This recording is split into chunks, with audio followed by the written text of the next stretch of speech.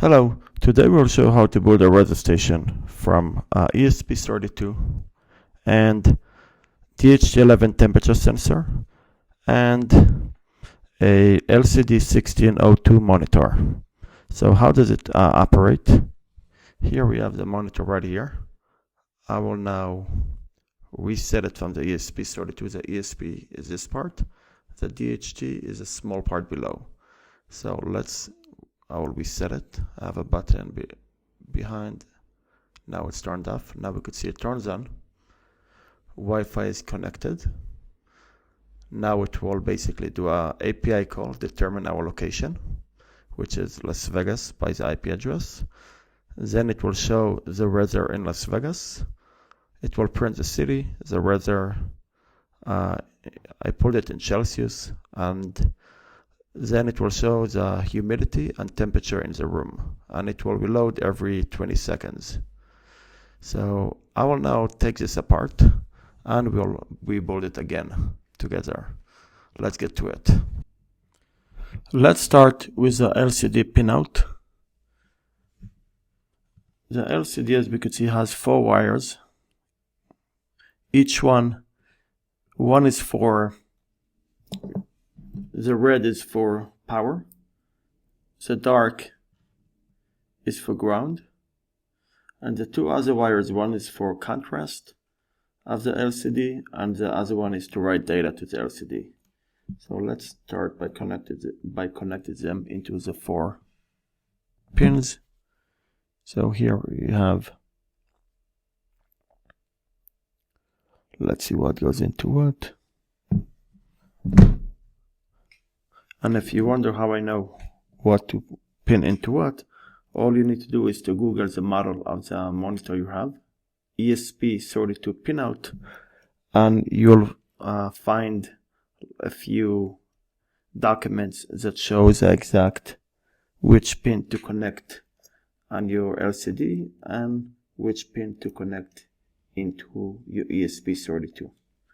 You could also, you don't need to do exactly like the document. For example, the power has the ESP32 has 2 pins, so you could pick whatever works for you. In my case, I had to do a little bit different in the docs because I have I'm using here 2 pins, one for the DHT11 and one for the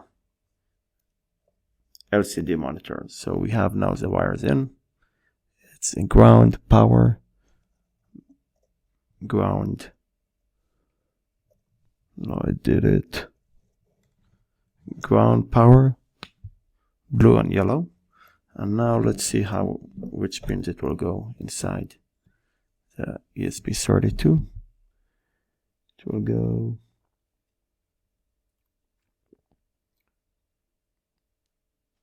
okay, yellow, then blue,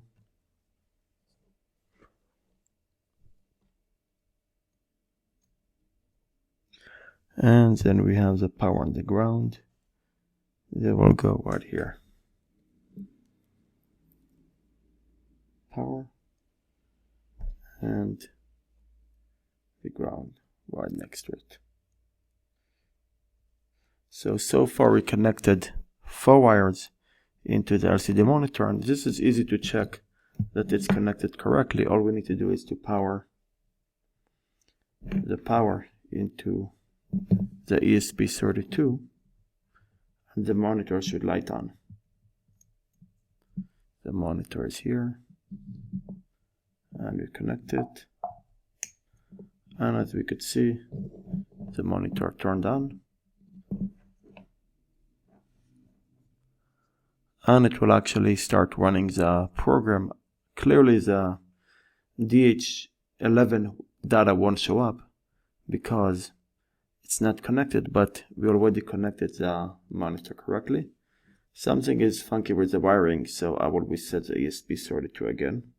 I guess that was the wire. I did reset. Let's see if it will turn on.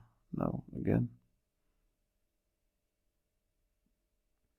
Yeah, this seems to be correct now. Alright, now let's continue with the DHT11. So the way we do it, we have 3 wires, green, dark and red. We have here the DHT11, it has 4 pins. It goes red, which is power, green, which is data,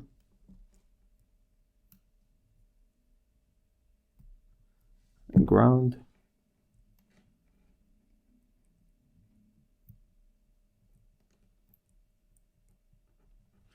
Alright, now that we have this set, let's put them into the ESP32. It will go in the following order.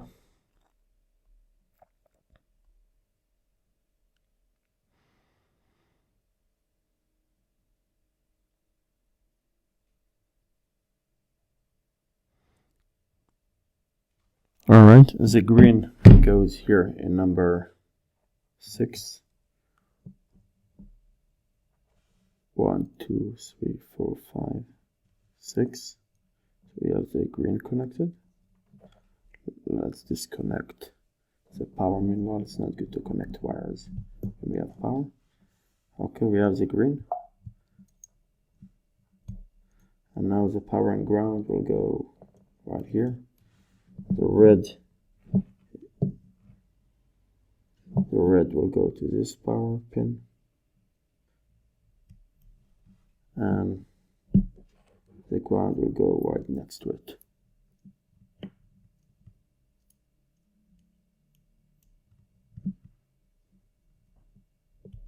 Alright, so now we have a total of 7 wires connected. The DHT11 is connected to the ESP32. Now if we turn it on, we should be able to see the resistor in the room because it should pull it from the sensor. So let's wire it on. Okay, it's up. Now let's see what happens. Okay, Wi-Fi connected. And now if everything goes correct, we should be able to see the temperature and humidity in the room. Okay, Wi-Fi connected. Now we can see the resin in Las Vegas, so it connected to the API correctly. Now let's see the room temperature. It still shows 0, 0, 0. This is interesting. Sometimes it happens the first time it's wired. I will try to reset it. Let's see if it will fix it. Wi-Fi connected. Yeah, and now we actually got the correct resistor. We could see the room temperature is 29, humidity 45%. So it was very simple to wire. Now we have all the system hooked up. Now that we've seen how it all works and connected, let's take a look at the code, which I'm actually not very familiar with Java, but still it was very easy to get this code with ChatGPT. I had to do a few iterations. I started with LCD to show some text. Then I got some code to connect the DHT11, and then I asked it to write some code to show the text scrolling on the screen. But in general, the basic idea of the ESP32, it's with the Arduino framework that we have a setup function that here we fire up the system for the first time. So in our case, we connect to Wi-Fi with password and the network name. Then it will write Wi-Fi connected. Then we fetch location and resistor. Let's take a look at this function. We check that we're connected to Wi-Fi. Then I call API IP info. I get my location by this API will return my location by IP. Then I will parse the JSON and will get my city and location. And the city I will use to write on the monitor later, because we write Las Vegas temperature, so we have city name, and the location string. The location is the coordinates where we are. So this is the function number 1, and then after we have the location resistor, then fetch display room temperature. So fetch and display room temperature is right here.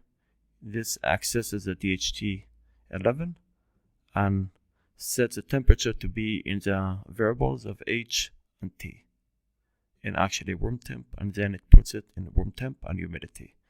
Then the next method is update display string. Update display string is right here, and basically we do one variable display string that has the city name with the temperature from the API, then the room humidity and the location temperature.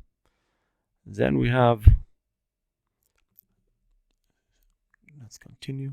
Then we actually want to set everything in the LCD. So here's a loop start. The loop, it will run in circles and will continue infinity.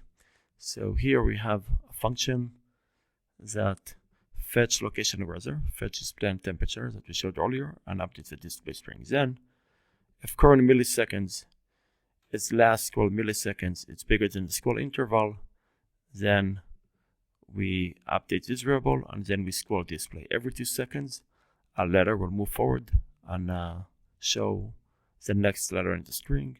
Then display countdown, it's this method that will, here's the logic that display index is basically the function that will control the text on the screen, and this is the one that will show the countdown. It looks a little bit complex, but in reality ChatGPT wrote 90% of it. I didn't need to worry about all the small details. And let's do a small experience ourselves. Let's try to modify the code a bit. So for our exercise, let's assume instead of having the text scrolling in different every 2 second changes, and in the second line showing countdown, let's show 2 lines. The top line will show let's say Las Vegas temperature, and the bottom line will show the room temperature, all in one line with no scrolling and no reload. So let's copy our current code and let's ask ChatGPT to modify it. Here I'm pasting the code. I want 2 changes. 1 line, top line should show city temp like this.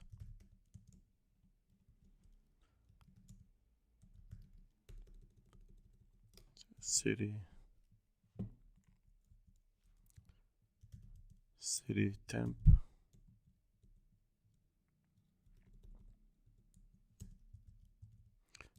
I'm doing temp because it's we don't really have a lot of text here. Line 2, second line show room temp like this, room temp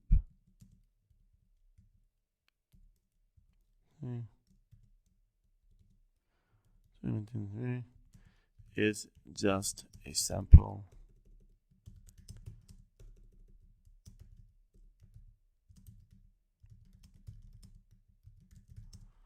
the temp from data. All right, so now let's see if ChatGPT will be able to modify the code and let us show in the top line the city and the temperature, and in the second line the room temperature with no scrolling, and do not show us a reload. Wi-Fi connected. Okay, so now we got the room temperature, so that is good. We need to do one small change. Las Vegas temperature, we don't see the weather because there's not enough characters. So let's go back to ChatGPT and ask it to put only the initials of the city instead of the full name of the city. So now we'll ask ChatGPT to set the city name in initials because we cannot see the temperature. We can't see the city temperature. Temp city name is too long. Write only the initials of the city name. Okay, so here we get a fix.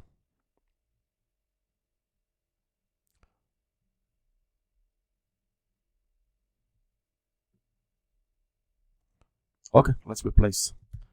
We'll replace the code with this. Let's see if we'll have more luck. What an interesting function. Update display string. It's right here. Let's modify it to the new version. Let's upload. And I'm curious if we'll have more luck this time. We'll see in a bit. Let's see if our code for ChatGPT worked. And as we could see here, it seems like it did work as expected. And we're able to see Las Vegas, 16.5 Celsius, and below we could see the room temperatures. I would like to point the three main issues I had the first time I tried to set this up was number one, the port that is connected into the ESP32. I needed to install on my Mac a driver for this cable. That took some time to figure it out. I mean, once I Googled and I found the driver, it was simple, but until I figured out that I don't have the driver, it took me some time. Secondly, challenge I had when I deployed the code to the ESP32 and the DHT11 was connected, I didn't understand why I don't see the temperature until I figured out sometimes you need to connect the DHT11, then turn it on, then you'll see the temperature. This is the main. The other challenge I had, the last one, is that the numbers that right here below not necessarily matching the numbers that we could attach in the code. For example, let's take a look on the screen here. So for example, about the pin here, we could see the pin code is 32 and this is the pin we're using. So let's open Google and find our model, which is room 32 pinout. Here we could see, let's say for DHT11, right? And let's search for images, and you could see there will be a lot of information, a lot of results that show the exact mapping. And we have articles as well that could show which wire will go to which wire. We have here the exact, they show the two models. There's even a code sample. So this is a pinout, but this actually doesn't show the numbers of this is how to find pinout to the sensor. But if I want to see the numbers, so let's say we know here we want to connect to pin 15, for example. So if we search on pinout, then we could find a list like this. And here we could see, let's the image to load. Here we could see the board. Pinout is still loading.